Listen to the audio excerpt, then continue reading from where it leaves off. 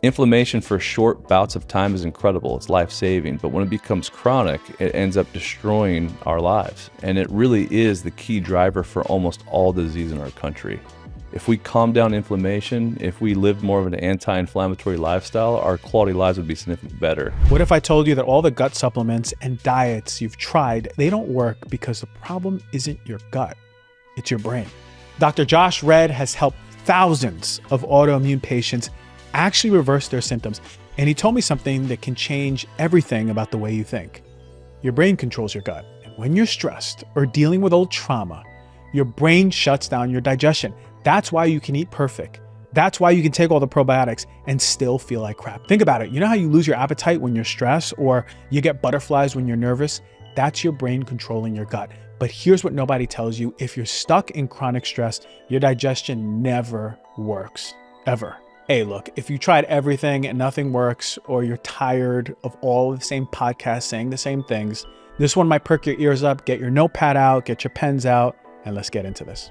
All right, everyone, check this out. I got Dr. Josh Redd on the show, and we are going to go deep into all of my favorite things that we love talking about in functional medicine, naturopathic medicine, inflammation, weight gain, weight loss.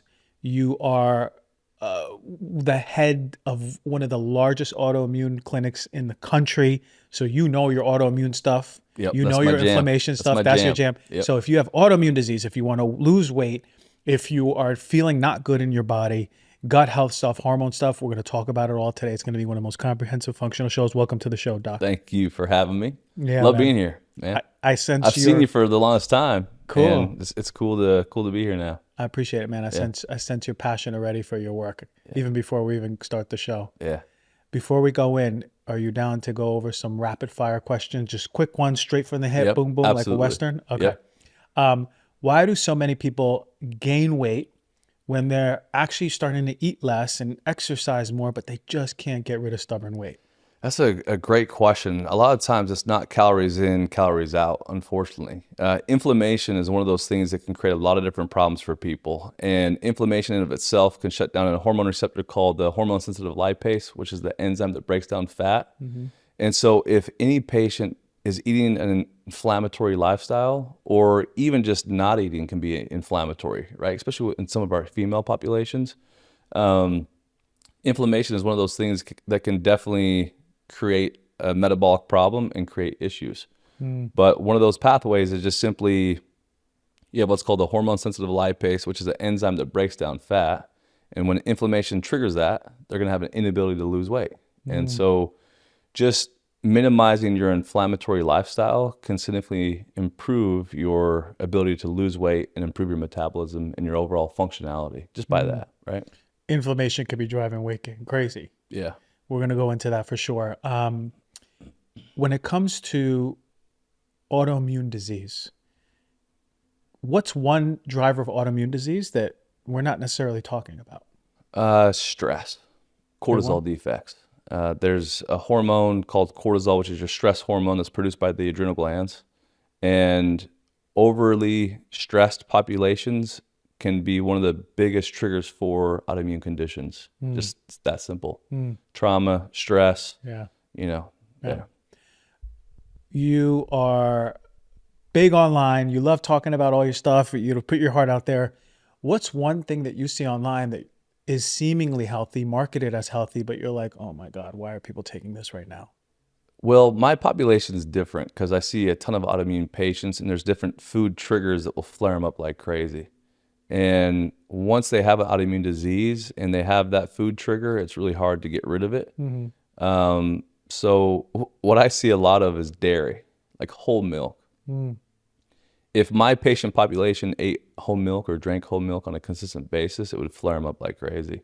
Once they develop this casein antibody that could get confused with self-tissue and things like that, it can create a lot of different havoc. So a healthy individual, maybe milk can be really beneficial for them, or whole milk could be great for them. For our autoimmune patients, that could be like pouring gas on a wildfire. Gotcha. There's a big push now, like, hey, whole milk, That's whole milk right. that. Yeah. And I just hope my patients don't see it. Yeah, because someone with autoimmune disease might go, oh, I need raw milk because it's all over my page and everyone's talking about how it's Yeah. healing them Yeah. in their own subjective manner, and then they take it and it causes fuel to the fire. Yeah. What is there a role in environmental toxic exposures in the inflammatory process in the whole body? Yeah, 1,000%. So we're exposed to a lot of different environmental toxins. And if our immune system isn't resilient to those toxins, it can create a lot of different problems. One of the things is that environmental toxins can bind onto a protein in our body called albumin. And that forms kind of a new protein. And then our immune system can destroy it and think it's a bad thing. And then that causes a severe inflammatory response. And so as we calm down inflammation within our body, we actually calm down our environmental toxic load, and our body's able to withstand other toxins and issues. But if we're kind of overburdened, our body can't withstand that, and then we create these antibodies to toxins, Yeah. and then it causes self-tissue damage and a lot of other problems as well. But 100%, there's a lot of different things that we can do to improve our immune resilience, improve the way we detoxify toxins, which significantly help our toxic load. But we do have to be cautious with, what we surround ourselves with and what we do and all that as well. That can play a big role. One word answer: is autoimmune disease reversible? Yes. Amen to that. All right, you're off the hot seat. No Doc. questions asked. No questions asked. I love that. And I'm really excited to talk about that because there's so many people suffering with so many autoimmune disease, as you know, as you've seen. And you know the experience of going down the conventional route. A lot of them can be on a medication, like an anti-inflammatory grade or corticosteroid, which can cause a lot of issues.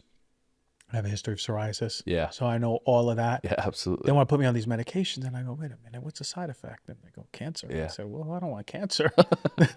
Like, well, it's a really interesting, it's an interesting container to be in because you're like, what are my other options? It totally is. Where do I look? Yeah.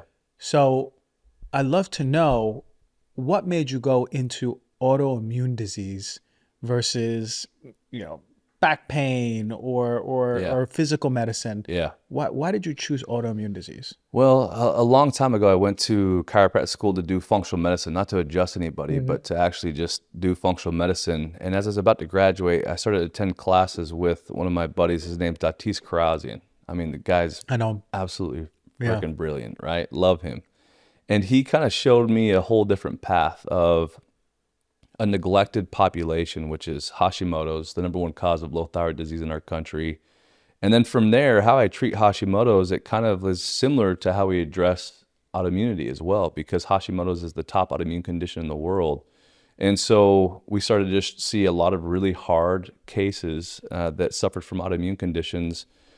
And after about a year of doing it from, graduating, we blew up. And, I had to hire a bunch more doctors and train them and try to help them. And it just kind of kept compounding. But I realized that autoimmune conditions are one of the most neglected conditions in our country. Nobody really knows how to treat it. Nobody really understands it. I was probably 24, 25 when I opened up my first clinic, and I barely had to shave. It looked like I didn't even go through puberty yet. And I remember walking into one of my patients, one of my first patients, and she had an autoimmune disease. She'd been to a ton of different doctors, had lots of different symptoms and problems. She felt like she was crazy. As soon as I walked in, she just started crying and said she's at the end of her rope. And her husband's there pleading me to help. And she said that her son was asked to draw a picture of her at school, and he brought it home, and she pulled out of his backpack, and it was her laying in bed. And she's like, what's this, honey? And she's like, that's you, Mom, because you're always in bed. And her heart just broke. She knew there had to be some other options. And then she came to me, and within probably 30 days, she felt better than she had in 20 years. Yeah. Just by working on diet, lifestyle, nutrition, inflammation, really assessing the physiological triggers that are causing the autoimmune disease to flare up. But that's when I started to realize, I'm in a whole new realm medically that nobody else is. And even back then, this was 16 years ago. Dude, half half the population thought I was a clown, because here I am saying diet, lifestyle, nutrition is helping your autoimmune disease.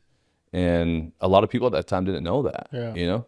Yeah. Now it's obviously a lot more well known, but at the time I felt like I was kind of on an island all by myself. I didn't realize what I was getting into. But man, it's the best, most rewarding job on the planet. When you have a patient that has 0 good days a month, their health is spiraling out of control, they feel hopeless, and then they come into you, you can break down their labs in detail and build out a plan for them, and they just like start sobbing in gratitude because this is the first time in their lives in the last 20 years they've ever heard anything like that. And then you can actually implement it and turn it into action and make it happen. Doesn't get any better than that, dude. Yeah, it doesn't get any better. I know. That's the part of why we become doctors and the work that we do. Yeah. So when we think about autoimmune disease, for people viewing and listening, that's when the body attacks itself. Yep. In your work, and I know you've seen so many autoimmune patients, do you believe the body's making a mistake, or is there an intelligent process happening? That's a great question, and nobody's really ever asked me that before. But you think about this, where there's now, with the history and the research that we're seeing that's more up to date, we're seeing that there's underlying bacterial and viral infections that maybe aren't being addressed that are causing the immune system to kind of freak out. And the immune system is in turn attacking that, where maybe the virus or bacteria is hiding, and then creating more problems. At the same time, though, we're overburdened with inflammatory lifestyles, high stress lives, and environmental toxins. And our body is just getting attacked in every which way, right? And so as we minimize those exposures and kind of help with our immune resilience, we see these patients turn around. But I do think, I mean, that's a great question. That's deep. It's deep. Yeah. Right? I mean, that's like, for me, it's like, does the body make mistakes? And when we think about, maybe it doesn't. Maybe there's viruses that are underlying, or bacteria that are underlying, that were never treated after a strep throat years ago. Some survived or something, some infection. So I think it just helps like expand, because for people going, okay, well, my body's attacking itself, the relationship with your own body. Exactly. Because people are going to start hating their body if they're suffering with a disease versus kind of offering more compassion and releasing their stress state. Exactly. And I think that's where we can kind of dive deep and help educate and help them understand the underlying mechanisms versus just treating symptoms and telling them they have an autoimmune disease where their immune system is destroying their own self tissue for no reason. Yeah. I think that's a great point too. And that's something that we try to emphasize for them and help educate them so they become empowered and they know what to do and what not to do down the road. But you're right, when it comes to Hashimoto's, there's about 50% of them that will have Epstein-Barr viral antibodies as well. And so are there other viruses that we could have attacked or that we still can improve that will actually help the autoimmune response, and then all of a sudden they're functioning at a lot higher level? Absolutely. Yeah. The gut health, man, and autoimmune, there's a major connection. I'm sure you're talking about that early on, and people were kind of like, okay, well, maybe, what are you talking about, But how much of a role? Let's, as best as you can, even give it a percentage. How big of a role does the gut play for autoimmune disease? Do we get to include the liver into the gut? Yeah. Let's include the liver, part of the system. 80%? 80%. 90%? So 90% of people with autoimmune disease have some dysfunction in their gut/liver. 1,000%. And what are you saying? If you just gave me 30 days where I could work on the liver and the intestinal tract, you would feel better than you had in a long time. Just letting me do the test, find out the mechanisms that are driving it, and correct those portions, you would probably feel 80% better just by that. But I will say this though. So you have your intestinal tract. Most of our intestinal tract, if you have an autoimmune condition, it's almost 100% likely you have intestinal permeability issues, which means the foods that you're eating are absorbing into the bloodstream and they shouldn't be in there. And then your immune system gets confused and attacks that and then exacerbates the autoimmune response. So just that one mechanism causes problems. But at the same time, when we eat food, if we have the proper digestive enzymes and HCl, it will break down our food proteins into a single amino acids. Our immune system can't even react to a single amino acid. And so if we have the proper digestive enzymes, and we have the proper ACL and the proper gut motility to the gut, then, or proper blood flow to the gut and proper gut motility, then we'll break down these proteins that we eat into single amino acids, and there's no possible chance that our food can actually become reactive to our immune system.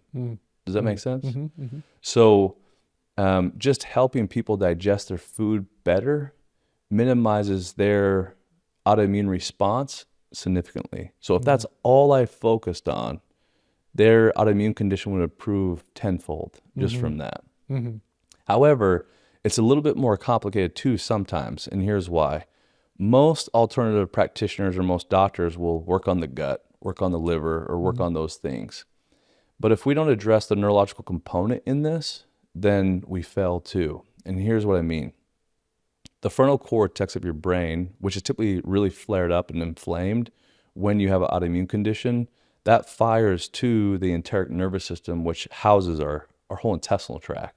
And so what that does, though, is it increases digestive enzymes, it increases HCl, it increases blood flow to the gut, it increases gut motility just by the frontal cortex firing to our enteric nervous system.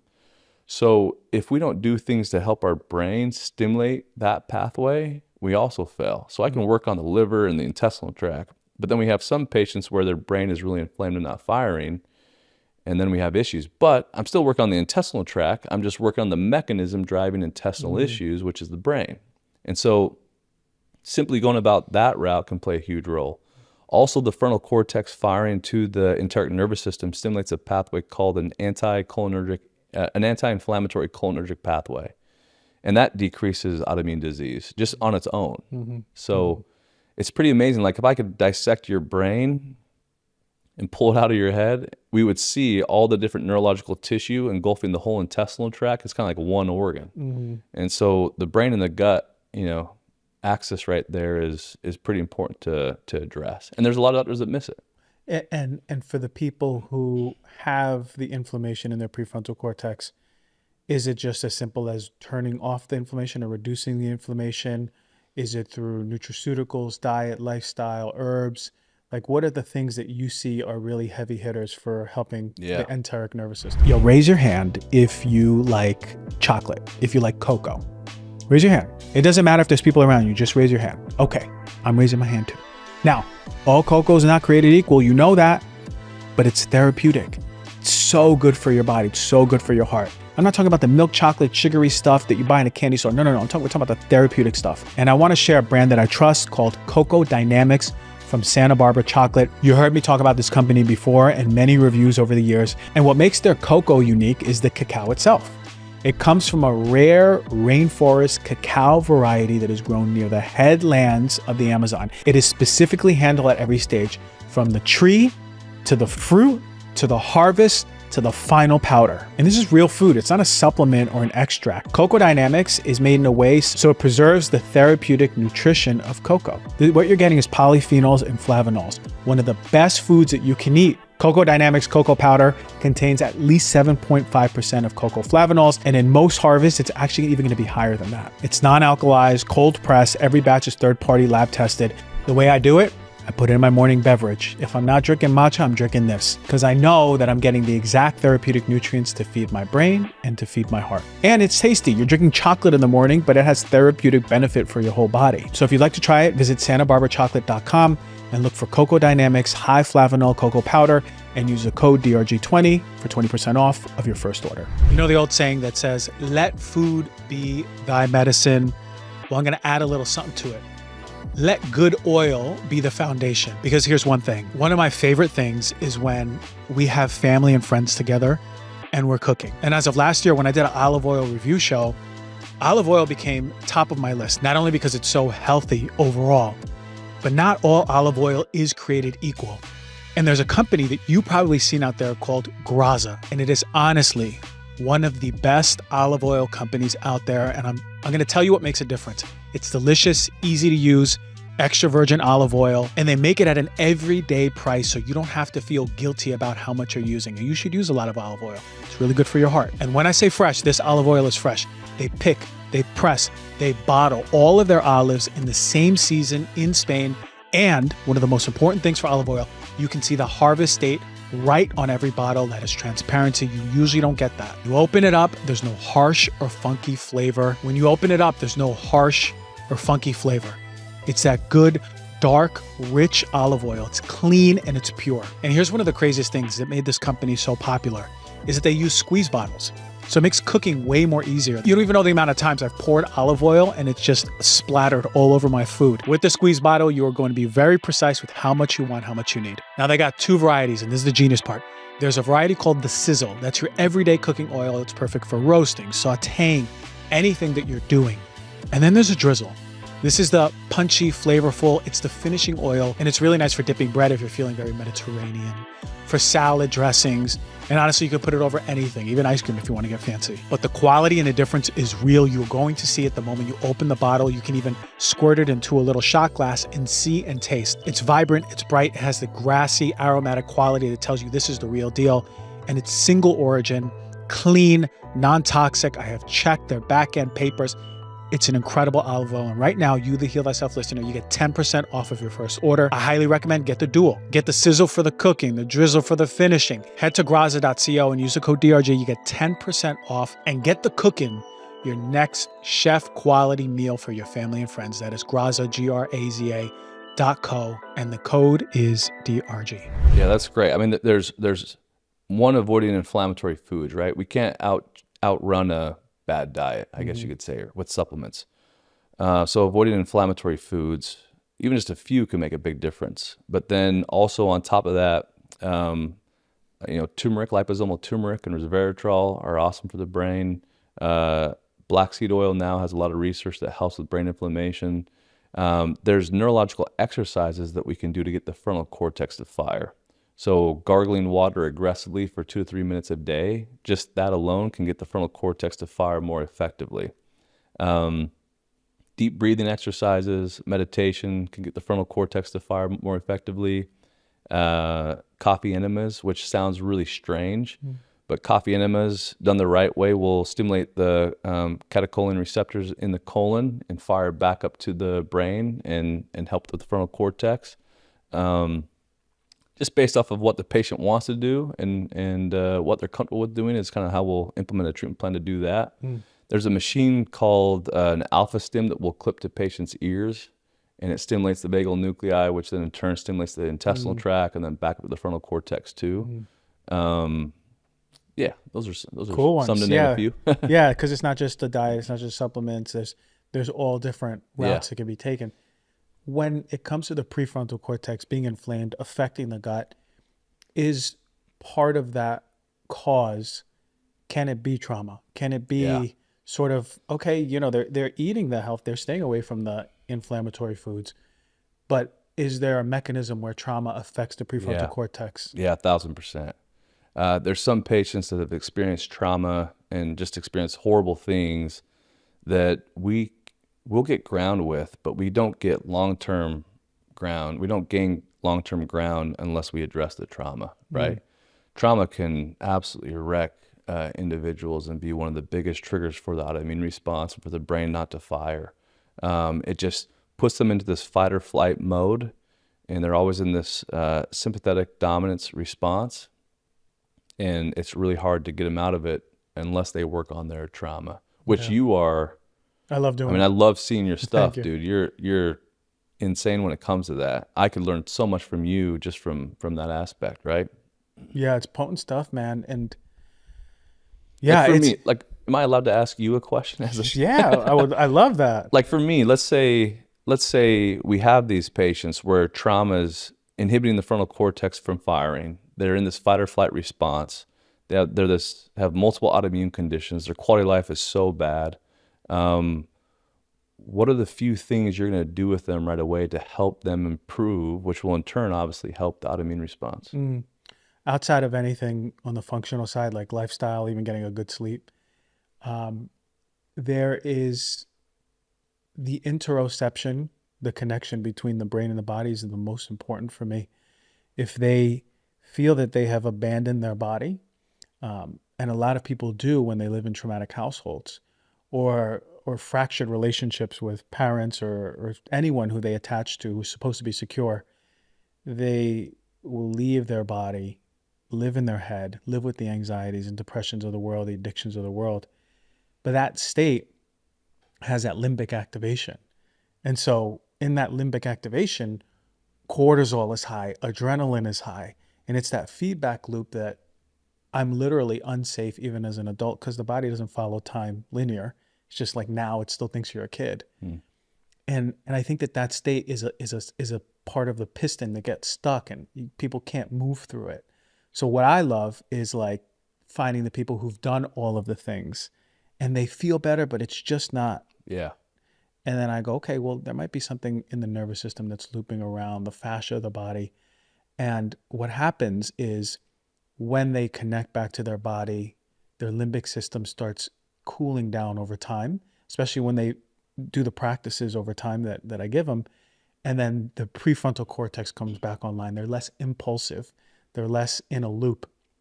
And it seems to be that people's digestion gets better through that mechanism because their whole body's like, oh, I can digest food now. So it's really, it's totally like the things that in your heart, it's the whole holistic picture versus just giving a medication to shut it off. It's crazy.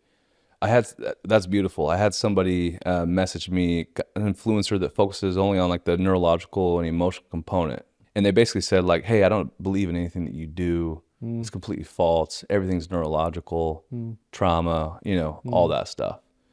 And I don't know what they were expecting me to respond like, but I'm like, yeah, you're probably right. Like there's a lot of stuff that I can do from an autoimmune standpoint, but if I don't address the emotional and neurological component, I fail.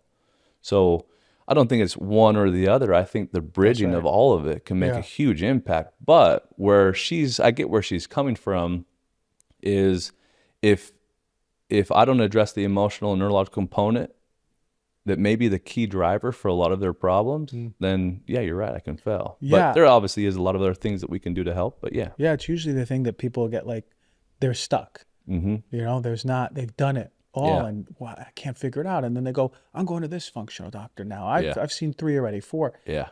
And there's a stuckness. Totally. And over the years, because I was in that, I swung and I was like, neurological, it's everything. It has to be. And then I swung and say, it's a comprehensive thing, man. It is like, what I do feel is that relationships matter. What is your relationship to food? What is your relationship to the food you're eating? What is the relationship to your people you're around? Your relationship to your body? Yeah. The relationship to your work? All that matters on the stress standpoint. And objectively eating healthier, objectively going to sleep, following circadian rhythms, all the stuff that like is so potent. The exercise, it's so potent. That's stuff that is like, you can measure over time that people are just subjectively and objectively on their labs so much better. So I think the best is when we take it all. Yeah. And I love that. And I agree with it wholeheartedly too. Yeah. But I've seen your stuff. You kind of had to switch a little bit, right? Yeah. I mean, I saw you 6 years ago and I see you now. Man, you know me for a while like that. Yeah. Okay, cool. And now you've had this shift where, you're dealing with more of the trauma, the more neurological, emotional state, which is awesome. We need big time. So yeah, the environmental medicine piece was a big one. And I know that you really look at the value of that because we kind of don't think about what's in our home. What are we breathing in? How's it affecting our system? What about the inflammation state? Yeah. Because of that. And so that's always been an important piece. Yeah. So like the best clinics are the ones that have all of it, right? The best doctors are the ones who know all of this. And like, that's what I wish like conventional medicine was being trained with this, but you know how it is. Totally. Man. Yeah. So people back to, and this is something that stuck with me when you said someone's in an inflamed state, maybe they can't lose weight. There's a lot of people who are following these programs. They're eating well, and they haven't tested their blood markers to see, am I inflamed? Can you test and see if people are inflamed via their blood or their urine, or what do you look for? Yep, easy. Some of the most simple and inexpensive tests are erythropoietin, which costs $5. Homocysteine costs $7. LDH costs $7. Ferritin, which is an acute phase reactant. We usually use ferritin for iron, but if it's too high, that's indicative that you have inflammation. Uric acid is another one that's really inexpensive. So you can test all 5 of those for probably $25 cash. And if you have inflammation, if you have multiple of those that are high, you have inflammation, and that's causing and disrupting lots of problems.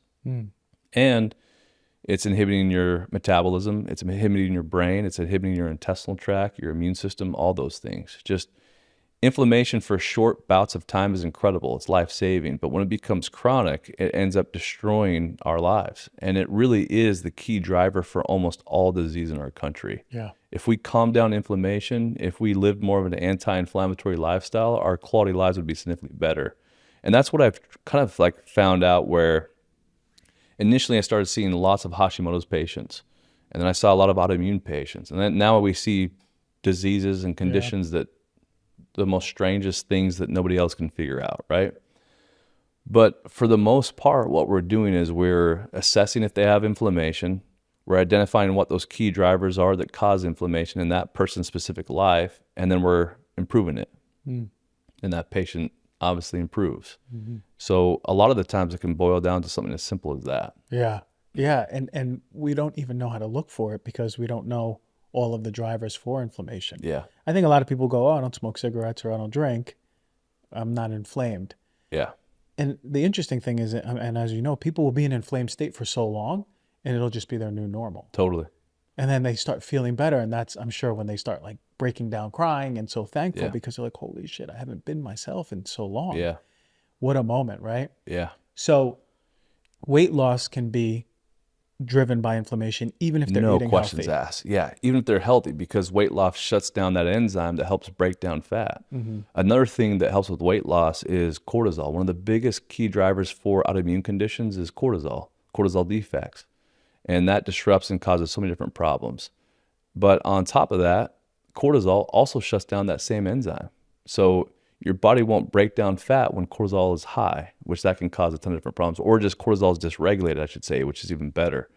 The other thing too is blood sugar imbalances. Almost all of our country has blood sugar issues. Like if we put a continuous glucose monitor on 99% of the people, most of them would have blood sugar levels that are all over the place, too low and too high. And that also shuts down your body's ability to break down fat. And so that can disrupt the metabolism, that can cause so many different problems for just being able to live a healthy metabolic life that we should, you know? Yeah, absolutely. So what when the blood sugar is going up and down like that, don't we have the mechanisms to just handle that? For a short period of time, yes, we shouldn't have blood sugar levels above 130, and we really shouldn't have them below 80. But if we are consistently doing things that kind of stress that response, then it starts to really exacerbate and go all over the place. Now, little kids, we're seeing just blood sugar levels dive to 60 and go up to 150. And I mean, and they're like this roller coaster emotionally, mentally, physically, all that stuff. And it really stems from just the foods that we're eating and how we're stabilizing glucose or the lack thereof, right? So with these glucose monitors, are you seeing that foods that should be stabilizing the blood sugar may be bio-individually shifting for people? Yeah. And this is kind of the cool thing. So what we do with our patients, one of the biggest things that we can do for your metabolism is just maintain glucose from 80 to 130. And that's also really helps an autoimmune condition or inflammatory lifestyle, because when they're not, it induces insulin surges, which then will in turn induce more inflammation and flare up the autoimmune disease on top of that as well. But even for healthy people, if we don't stabilize glucose, our metabolism is going to be shot, right? But what we'll do is we'll put a continuous glucose monitor on, and if we can maintain in between that range of 80 to 130, no matter what you eat, you're going to significantly improve your quality of life and significantly improve your inflammation and then significantly improve your metabolism just by that one thing. But you'll put it on though, and you'll start to see blood sugar levels drop significantly. And then all of a sudden they spike a ton, and you're like, what in the world? But here's the cool thing too is you'll start to notice that because inflammation increases blood sugar levels as well, you'll start to notice that there's foods that you react to that actually cause your blood sugar levels to spike that wouldn't cause the standard individual's blood sugar levels to spike. And the whole reason why is because if you react to a food and it induces inflammation, it will in turn spike your blood sugar levels, even though that didn't really like, Mm-hmm. it's not like a high glycemic food, Mm-hmm. right? It's just your that causes an inflammatory response, which in turn spikes your blood sugar levels. In your work, was there any food that you saw, whether with yourself or your family or clients, that you said, whoa, I didn't never expected that healthy food to be causing For me inflammation? personally, it's curry. Curry, you can't have any curry. Like curry spikes my blood sugar levels like crazy, Wow. which curry, turmeric, and things like that, it actually decreases inflammation and really helps overall. But for some reason, when I have just like healthy curry with no artificial stuff in Yeah. there, it spikes my blood sugar levels like crazy. Wow. Yeah. I wonder, I just had curry the other day. I Yeah. wonder, I got to do the Yeah, monitor it's and kind of see. fun it's like a science project. We're going to see like, holy cow, that food's probably not the best for me if my blood sugar level spiked to 160, you know? So what are symptoms that, for people out there before they put a monitor, what are some symptoms of knowing, okay, I just ate something and my blood sugar is all the way up? How would you usually feel? Look, it's January, it's a new year, and it shouldn't be about reinventing yourself. It should be about taking care about what is already there in existence. And if longevity feels overwhelming, I'm gonna tell you the good news. It starts with one simple daily habit. You have to take care of your mitochondria, ladies and gentlemen. You hear me talk about this. When you talk about living longer, you have to mention in the same sentence your mitochondria. You ever hear of MitoPure gummies from Timeline? I take it every single morning. It's actually the first thing I put in my mouth outside of drinking a lot of water in the morning. After I come back from my walk, after I do my myofascial stretches, after I do my sauna, I come back downstairs. It's the first thing I eat. And I do it for a reason. It's the first ever longevity gummy that supports overall cellular health. So you actually feel more vibrant all year. And you're taking something called urolithin A. And that is a powerhouse at renewing your mitochondrial cells, and it gets rid of all of the mitochondria garbage that needs to be cleaned up. As we age, our mitochondria declines. That's what aging is. And when your cellular energy drops, everything else follows, including your strength, including your recovery, including your mental clarity. MitoPure targets that decline directly. It is clinically shown to support your muscle strength, your muscle function, and help your body turn stress into usable energy. That's why I love it. I love gummies. They're sugar-free, they're allergen-free, there are no artificial ingredients. Like I said, it's the first thing that I put in my mouth every single morning, actually, because I do love gummies. I look really forward to it after my walk. Look, healthy aging is a mix of so many things in your lifestyle, in the way you eat, but why not support it with something that works in the evidence? Don't let another year go by feeling less than your best. This is your year, 2026, ladies and gentlemen. Grab 35% off of your 1-month subscription of MitoPure gummies at timeline.com/DRG35. That's timeline.com/DRG35. Get it while the offer lasts. Well, either you have like a crash, you might feel like a crash, you might feel like your hands and feet kind of swell, you might feel brain fog, you might feel fatigue. Those are common signs and symptoms. So yeah, it's kind of fun. Like if you're crashing in the middle of the day, if you're depressed and fatigued, a lot of times if we just look at blood sugar levels and we stabilize them, that can get you to a whole new level from those symptoms. And I can imagine how many people have brain fog after meals and just thinking it's kind of like part of their digestive process. For sure. Like how many times have we ate something and we think bloating, distension, and fatigue after meals is just normal? Yeah, a lot Like of people. that's a lot of people think that. Like I had a patient who her husband's a Major League Baseball player, and he's like, "Hey, can you just look at my wife's labs?" So I was like, "Yeah, sure, I'll look at them." And so we did the wife's labs. I asked her if she had any symptoms. She's like, no. Her blood work was a wreck. Like she had tons of problems. I was like, you don't have any symptoms? She's like, no. And then like I start going through the blood work. I go, okay, your blood sugar levels are kind of all over the place, and here's why. And she's like, oh yeah, I do get tired like all the time. Oh yeah, I do have brain fog all the time. And then like we go through the blood work, and she's just like, she's a mess. Like she has tons of symptoms, but beforehand, she's like, no, I don't have any symptoms. That's just her norm. And she's an absolute wreck. And I'm like, how long have you felt this way? She's like, I think since high school. Yeah. And then we started to address it. I just spoke to her yesterday. 60 days later, she's literally a 9 out of a 10 being the best she's ever felt. I mean, she's killing it. And I said, when was the last time you felt this good? She said, high school probably. Wow. I'm like, man, she suffered for so long, and that was like her norm, right? And I think most of Americans right now, we have this inflammatory crisis going on we have tons of symptoms and problems, but it's just our norm. That's what happens when we age. We just have these symptoms. Yeah. And in reality, they could feel a lot better and take it to a Yeah. whole new level from a health standpoint. It's what we deserve, man. And it's like, I believe that when we feel good in our body, the inflammation markers turn down and our nervous system is more parasympathetic, it explodes our relationships. We're just more pleasant to be around. Oh, yeah. We feel more purposeful. We feel more creative. We feel more connected. And we're just better human beings. Yeah. And this human experience is much better for us. It's a bigger picture thing.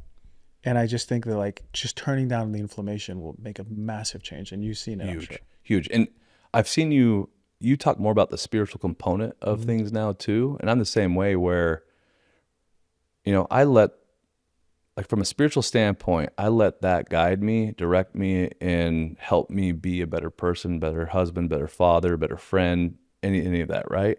Even with my social media now, I try to have about half of it more spiritual than anything. And I've made that shift recently. But I will tell you from a spiritual standpoint, people kind of lose their spiritual identity when they're inflamed. Yeah, of course. Like they could be as close to God as they can try to be as close to God as they want. But when they're consumed with inflammation and they're overburdened with their health, their ability to reach out and help others, their ability to be closer to God, or at least feel, God I feel is incredibly close to them, obviously, but their ability to feel God's presence in their life is significantly dampened, ironically. So I'm starting to realize our physical health has a significant role with our spiritual health. Yeah. Hell yeah. Yeah. Hell yeah. And it's everything, right? Like to feel connected to something, however you are, or your beliefs, to actually feel connected, not just to your partner or your kids, but actually feel connected to something bigger is so important for the nervous system. Yeah. It's important for your whole health to feel like, oh, I'm taken care of, I'm connected, I can surrender, I'm safe, I'm good. And for sure, if you're brain fogged and your body's hurting and your joints are hurting and you're bloated, you're not thinking about those subtleties of feeling something deeper, right? Because you can't feel those subtleties. They're kind of just dampened, as you said. Totally. So this is why I viewers and listeners, I always say there's a bigger picture here. It's not just like we're doing one thing, we're doing all the things for the bigger things. Yeah. So we went into weight, we went into the autoimmune disease. I want to go into sort of interventions. You talk about the food, inflammatory foods. It's different for different people. The blood sugar. Let's say all of that is put together, the lifestyle stuff. I know you're big on telling people to work out, move their bodies. There's enough data there at this point for so many years that we know it works. But a lot of people are connected, addicted to their phones. Yeah. And the blue light really affects us. Oh, big time. Is there a known mechanism how the blue light can affect people with autoimmune disease for it to get worse? I'm not exactly sure, but you look at blue light therapy, for example, if we're consistently on our phones all day long and at night, then our ability to get into that like deep REM sleep and our cortisol circadian rhythm will be jacked up, and that will flare up our autoimmune condition like crazy. So when we have patients, a lot of them will have insomnia and won't be able to sleep. They either have a hard time going to sleep or staying asleep. And then that causes problems with the autoimmune response. That causes problems with their energy throughout the day, because we want to have stable cortisol levels that are rhythmatic. So to kind of give you a bigger picture, one thing that happens is we want cortisol really high when we wake up, and then it falls down throughout the day naturally, and then we go to sleep. We wake up feeling rested, full of energy, ready to rock for the day. And then as it gradually falls, we're able to go to sleep at night and stay asleep. Yeah. What we're seeing with autoimmune conditions is that we have this unrhythmatic cortisol. So they'll have super low cortisol during the day, and then it will spike clear up high at night, so they can't even go to sleep. So they're tired all day long, and then they can't go to sleep at night, and it's just this vicious cycle of problems. Blue light, though, is one of those things that just jacks it up like crazy. So for our patients, if we have a severe autoimmune patient come in, I'll say, hey, no electronics after 6 p.m. And if you do, wear blue light blocking glasses. And try to get more into like a night schedule that will help you start to rest and help reset your circadian rhythm. And then when they wake up, instead of like looking at your blue light first thing in the morning, Like get up and exercise, get outside, see the sun, get that cortisol awakening response up as high as you possibly can. And just trying to reset that is huge. But one of the best things that we do that is just managing their blue light exposure. Just that simple, right? Man, the boom of the phone use, the boom of the blue light use is pretty crazy, man. Like Yeah. I know that you've passed a bus stop, you see people on their phone. I mean, when I go to the gym, I purposely put my phone in a locker because I've been on it all day. I've Yeah. been doing things, so I I don't want know. it. And then I'll look. Every single person, as soon as they finish their set, pulls out their phone, Yeah. goes on their phone. Ah, it's so And you bad. look around and it's insane. No one has their head up between sets. Yeah. And I'm like, not only is that a weird connection for a human relation, but I can imagine it's like some people are much more sensitive than Yeah. others. Those people are going to not sleep well that night Yeah. or start being affected by it overall. Just those dopamine hits, right? I mean, for me, I own 10 clinics, and then we have social media. And I did social media like 6 years ago just to kind of give back to the community. Yeah. And man, that can be consuming, as Hell you know. yeah. Right? Yeah. Where I'm like, I did it more for a service opportunity, and now, man, I can get thousands of messages crazy. within a week, right? But my wife, I said, wife, I said, Britt, what do you want for Christmas? And she's like, I want your phone put away after 5 p.m. and I want a kiss every day, which the kiss every day is Wow. easy, you Yeah. know? So this December, I'm like, all right, no phone. I got this. After 5 p.m., it's put in the closet. I sleep so much better, You've been sleeping better. way better. I feel better. I Even wake after up better. After 5 Oh is yeah, early. Wow. yeah. Put my phone away, and just not having that exposure, like being able to like just rest, and I'm not having that like dopamine hit that I get, right? Yeah. It's so much better. I So love that because I have this app that blocks you on your phone, and it's one of the apps that block you. You can't reverse that's it. great. You're screwed if What it's app is blocked. it? It's called Opal, OPAL. Okay. And at 7 o'clock it turns off. I can't, even if I wanted to, I couldn't That's do it. great. But man, 5 o'clock is nice. Yeah, it's You great. just cut it off, and it's like a whole nother part of your day is Yeah. free. And then I'm connecting, like time slows down. I'm Yeah. connecting in ways that I didn't connect before. And I got a great relationship with my wife. I love Yeah. kissing her. I do Yeah, whatever yeah, yeah. I need to do to help, that relationship. But no phone, I had like a whole new realm of presence that I didn't have, right? Even just Yeah. like even when I don't have my phone, sometimes I'd be right in the middle, like thinking about my phone or work or whatever, and it's like my mind's somewhere else, even if I didn't have my phone, right? It's a weird thing because it represents work. It represents leisure. Like we can watch a cat video if we want. Yeah. It represents like consumption. We consume like, Netflix we can watch on our phone, or we can watch just videos, and connection too, the text. Yeah. So it's like, it's a weird signal. It's like, is this good for me or is it not good for me? Because I can talk to my dad sometimes, but now Yeah. like I'm in a loop. But I think I love the idea, and viewers and listeners, this is such a good challenge yourself for a month and see what improves. Because a month is a good, right? To see your Totally. sleep, Yeah. energy, Yeah. your It took brain me focus. 4 days to realize I already have decreased symptoms. I'm sleeping better. My Wow. energy's better. My focus is better. My presence is better. Just in that short amount of time. I went to Joshua Tree in February, and I went for 4 days, and no electronics, zero. When I came back here, it's weird because I didn't feel it there. When I came back here, I felt brand new. My brain was so sharp. My mood was through the roof. I felt healthy. My gut, I could eat anything. Yeah. It just felt Yeah. like my gut was so robust.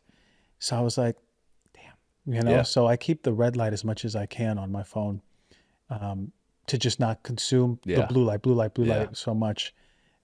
It's pretty incredible. So I just wanted to know how the Yeah. role of that in autoimmune disease. But Yeah. And we talked about the frontal cortex not firing. I think just looking at that phone literally just fries our brain, right? It minimizes our brain from being able to fire more effectively. It causes too high of dopamine on a consistent basis. It's no more, it's the exact same addictive as like cocaine or heroin, in my opinion, right? It is the dope. That's what it is. It's like Yeah. almost a surge of cocaine. Yep.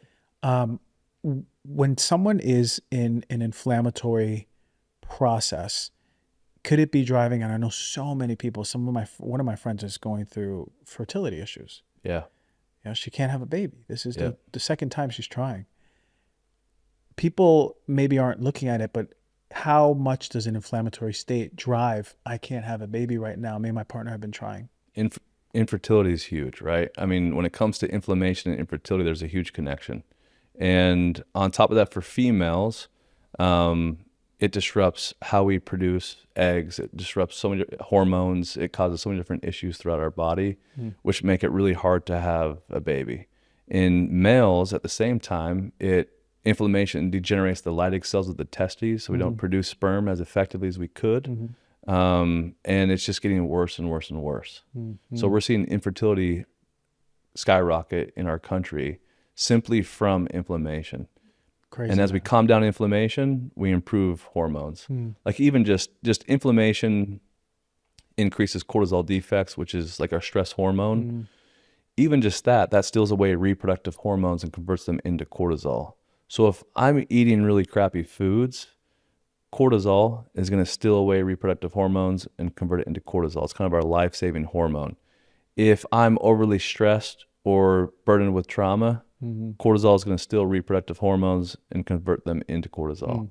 If, my blood sugar levels are all over the place, if I have this high stress life, if I'm reacting to foods that are causing and inducing inflammation, cortisol is going to steal away reproductive hormones. It is what it is, right? So unfortunately, hormones are kind of in an assault right now because of our lifestyles, what we expose ourselves to, what we eat, all that stuff. Can the inflammatory state drive mental health issues? Yeah. And you have something called microglial cells, which are like little chihuahuas in the brain. They kind of survey the brain and they, clean up debris and do all that stuff. If we have brain inflammation, those microglial cells will become hyperactive and destroy more tissue and brain tissue and cause more brain inflammation. The old school model of mental health treatment is absolutely garbage. When we have, here's a decreased neurotransmitter, let's just replace it, like that's terrible. We know that that's really ineffective. The best way now to address neurological issues and mental health issues is actually decreasing brain inflammation. When we have high inflammation in our body and brain inflammation, all neurotransmitters don't function well. All neurotransmitters don't synapse as well as they should. Parts of our brain don't fire as well as they should. So ironically, we have tons of people that have autoimmune conditions, but also have mental health issues on top of that. And just addressing brain inflammation can help improve their symptomatic response from that. The worst part about this is kids. Like kids don't have a chance these days, right? Kid wakes up, they have pancakes for breakfast. Then they go to school, they have chicken nuggets. Then they come home, who knows what they have during the day. Then they're on, blue light phones and it's just frying their brain. Their brain's incredibly inflamed. And we got these microglial cells chewing up the brain like crazy. So then they have neurodevelopmental delays, neurobehavioral type issues. They act out at school. They're not happy for some reason. And we as parents are wondering, what the heck's going on? Yeah. When in reality, it's probably our fault. Like we got to know how food is impacting our kids and their brains. And the frustrating thing too is if our brain doesn't fully develop by 25, like if we don't fully get our brain to develop by 25, then what we're left with from that point on, we're stuck with. And incarceration rates explode, addictions explode, mental health problems explode. All these things happen if we don't help our children's brain develop by the age of 25. So we have to start to realize the greatest impact for our kids' brain and for their mental health is what we consume. And if we don't help them eat better and we don't help their brain develop better by age of 25, they're going to have issues for the rest of their life, unfortunately. A lot of research shows that. But brain inflammation and mental health go hand in hand. And until we start addressing the mechanism, we're going to continue to have mental health explode. Yeah. I know I can attest. I got hit with mold a few years ago and my mental health went down the hill. Oh, man. And it wasn't like something happened on an emotional standpoint. It was like literally my brain was inflamed. Yeah. And I was like, what's happening? It was like depressive. It was bipolar. It was everything, ups and downs, anxiety. I couldn't get a hold of myself. Wow. Until the reduction in the inflammation How did came you find it out finally? with the mold. Yeah. I did a Marcon's nose test. I did a urine test. We found it in the house. Dang. I had to leave. Yeah. You know, I went through a lawsuit. Man. We just won this year. You know, it was Wow. like a 3-year lawsuit. It's tough here in this part of town in Venice because we have this marine layer that comes in every night, and it's like it wets. Everything's wet. Yeah. You know, and it's over and over. And when they build houses, they don't zip everything up and protect it like they do in London. When I see new builds, they're just like totally like airtight. Yeah. But here, you know, that marine layer, even if it's not raining, all the wood will be soaked, and then it'll dry, and then it'll soak again that night and over, and it's problematic for sure. Man.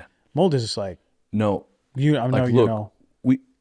we can't help any patient if they're being exposed to mold. Like that has to be improved first before we can start addressing Yeah. the patient. If our patients live in a household where there's mold and it's consuming them, that's the first thing that has to be fixed right away. And unfortunately, you can't treat a patient and while they're being exposed to mold, you have to have them leave the area Oh my God, I know. to right. It's crazy. Like, It's a whole thing. yeah. You want to talk about trauma? That's a big trauma to people's lives because at the time I had to get rid of everything I owned. A few years ago, like books, anything that's porous, Yeah. you know, like furniture, clothes that I loved, you know, and it's you start anew, and that in itself is a stress. Not to mention the PTSD of everywhere you go. You're looking around, you're smelling. Is this? Oh my God, Yeah. my body feels weird in this house or in this room or Yeah. with this clothes on. It's that can affect someone's mental health with an autoimmune Totally. disease. I teach environmental toxicity courses across the country to medical great. doctors, Yeah. DOs, chiropractors, nurse practitioners, all that. Mhm. And so even for me, I mean, we know the research on mold. We know Yeah. how disruptive it can be to your health and your brain and all that as well. And so even for me, when I'm traveling to like hotels and traveling around the world, if I even smell like a hint of yeah. mold, you got to get me out of here, get a new room or whatever, ASAP. just because I know how detrimental it can be for somebody's health, you know? Yeah, we did it on Halloween. We were in the Berkshires. You know the Berkshires in Massachusetts? Oh yeah. We were there and we checked into a room. I walked in and I said, "Oh my God!" Yeah. Like the brain fog, my Yeah. vision got blurry. I felt terrible. Yeah. We did a whole U-turn in, out. We didn't even unpack, and we said we're gonna get a new place right now because, and Yep. unfortunately there's no through Airbnb. There's no like assurance yet. It's not like a standard where this place has been tested for mold. It's clean. It's a safe mold place or like an option. Yeah, we need mold to free. we need to come up with something like that because That'd a be lot of good. I'm telling you right now, a lot of our patients have so many different problems with mold. It's one of those things that if they're exposed to mold, it disrupts every part of their life, and it's really hard to get that patient to improve. Big time. Man, I could talk to you for like 2 hours, man. I love the way that you see health and wellness, medicine, the approach, true holistic. This is like, I mean, I know some functional doctors who don't even embody that fully. It's like, come, here's your labs, take these medicines, go. But true holistic is taking all this into account. So what do you have upcoming? Is there anything coming out? Courses, books, Yeah, I supplements? got my book coming out January 6th. Okay. So that will be awesome. It's called the Inflammatory Reset. Yeah. In order, I have 10 clinics. To see us, we go through this like long extended process and program where we identify every possible imbalance. We go in and teach you and educate you and hold your hand throughout the whole process. And that just costs money, right? And so there's some patients that will come to us that can't afford our care. And so really what I did was put everything that I've learned in the last 16 years into a book. We put everything about inflammation, what it is, how to test for it, how to find it, how to address it, all the things that we pretty much talked about today, I put into a book. And then it's kind of 2 books in one. I put a book of literature and then combined it with a cookbook. Yeah. And kind of a bunch of different recipes and things that patients can kind of do on their own as well when it comes to inflammation. So we're excited about that. That comes out January 6th. And yeah, it's kind of all 16 years of all my clinical experience and research and efforts that we've had with helping patients into one book. So They don't know that I got a preview of the book. I got the book downstairs, man. nice. Great book. Great book. Like I went through the beginning and we looked at the recipes, me and my partner. We're going to start making this year, Nice. Heck yeah. cooking the recipes, because it's like, we're not talking about just like plain bland recipes. We're talking about like delicious dinners, Yeah, it's great stuff. right? Like Snacks, the snacks, breakfast, lunch, you everything. name it. Yeah. Yeah, it's beautifully shot. Like it's the pictures look really. Yeah. It's a proper book. Yeah. Everyone, Thank you. Thank viewers you. and listeners, go get the book. Just Yeah. go get the book. Put it in your kitchen. Put it in your wherever you want to. And where do people find you? I know you're still posting from your heart. Yeah. Yeah. the So we people. have at Dr. Josh Red on social media, and then redriverhealthandwellness.com and palmavita.com is I have a stem cell and longevity clinic that I do. So I do Wow. orthopedic stem cell injections. Busy guy. It's You're a busy cool. guy. We have so many different tools to help Yeah. patients now, but yeah, those websites and yeah. Dope, man. Listen, thank you for your knowledge and your dedication to helping people, especially the people who need it the most. And chronic disease, I know as a doctor, me too, it's like tough. It's tough for these cases, but I'm happy to hear that you found your way of doing things that is efficient and helping people. Yeah. That's the most important part. And yeah, man, shout out to you and all the work you do. Yeah, thanks so much. Thanks for having me, man. Appreciate it. Yeah. All right.